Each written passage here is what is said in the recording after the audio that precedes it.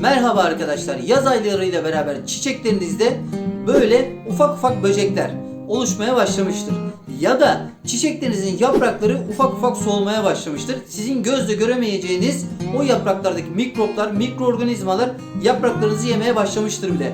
Bundan kurtulmanın ve çiçeklerinizi ve bitkilerinizi coşturmanın çok kolay bir yolu var. Aspirin falan filan değil. Çok basit bir yöntemle. Bunu iki tane malzemeyle yapacağız ve çiçeklerinizin yaprakları yemyeşil, taze taze, pasparlak olacak. İsterseniz bu videoyu izleyelim ama ondan önce kanalıma abone olup yorum yapmayı ve bana destek olmayı unutmayın. Hadi gelin bakalım. Çiçeklerimizi ve çiçeklerimizin yapraklarını nasıl kurtaracağız, nasıl coşturacağız videomuzda izleyelim. Evet arkadaşlar.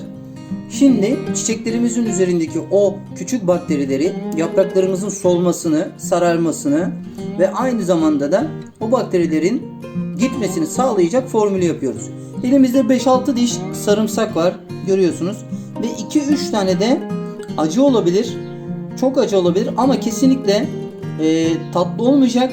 Ondan sonra kırmızı biber olmayacak, kesinlikle acı biber olması lazım. Bunları ezeceğiz ve sonra diğer işlemlere geçeceğiz. Evet arkadaşlar, böyle sarımsağımızı ezdik. Biberimizi de ezdik. Şöyle biberin posaları kalırsa onları da atmayın. Onları da içine atabiliriz. Böyle 1 litrelik su hemen içine atıyoruz.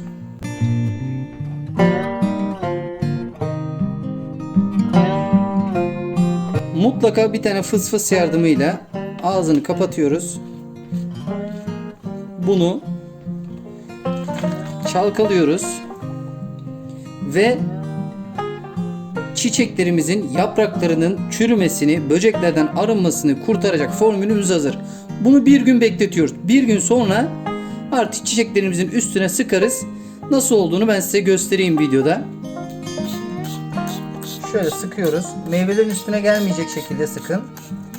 Çünkü meyveler de acı olur. Evet arkadaşlar, bugünlük de videomuz bu kadar. Kanalıma abone olup yorum yapmayı unutmayın. Bir sonraki videoda görüşmek üzere.